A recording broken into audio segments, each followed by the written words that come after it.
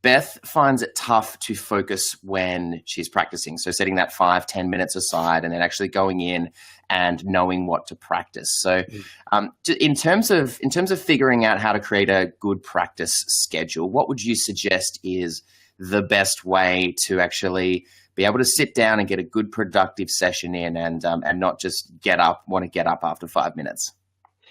Sure. So I guess just to give the context, I'm coming at this from maybe a different perspective from a lot of music teachers and a lot of musicians who've learned in the traditional way. And for me, this was a real discovery that you can take responsibility for your music practice in this way. So first off, just great to ask this question, because there's a lot of musicians who either don't give any thought to how they practice, or they've been learning with an instrument teacher. They get their homework, as it were, each week, and that's basically all they do, and they feel satisfied if they tick the boxes. And as you would well know, Steve, like there's more to it than that. You've got to think through a bit more what you're trying to accomplish and how to get there.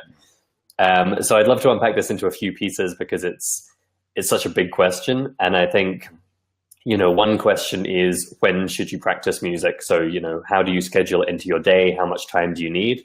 Another is, what should you be using that time for? What are the important things to cover in your practice time? And then the third big thing is, how can you make sure the time you do have is really effective and is going to, give the best bang for your buck? So to dig into the first of those, a lot of people, once they get past school, really struggle to find time for music. And I think a lot of people in your community are in this situation where, music, maybe more than a hobby, maybe they're doing it on a part-time basis or they're earning some money with it, but it's still something that has to exist alongside a lot of other interests and responsibilities. And, in our community at Musical U, we have a lot of people coming to it as adults. They might have kids, they might have a 9-to-5 job. And so that time's really precious, and it can be hard to make sure you kind of protect it and you guard it and you actually get it done each day. So I have a few tips I tend to give for this. One is just don't be too ambitious with it. It's much better in music to set aside 15 minutes a day and do it every day than to try and set aside, 4 hours at the weekend and do a mammoth session, particularly for the kind of ear training skills, but also for instrument skills and studying theory. A little and often works much better than kind of big bursts of enthusiasm and finding the time and then 2 weeks pass and nothing happens. So don't be too ambitious, but try and be consistent rather than too ambitious with how much time you set aside.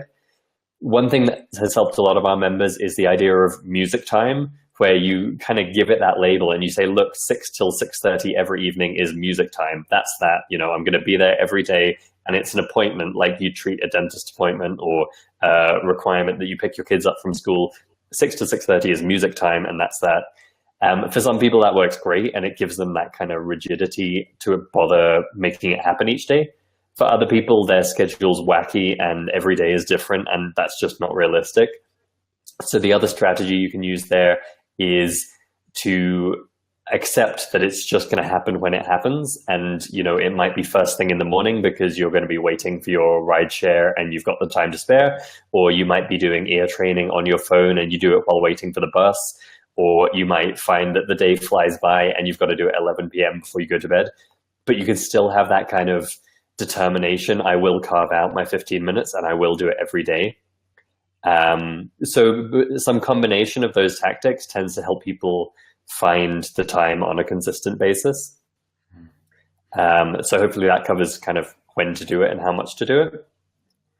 I think that's really cool. And I think regardless, it's interesting because when I'm talking to artists about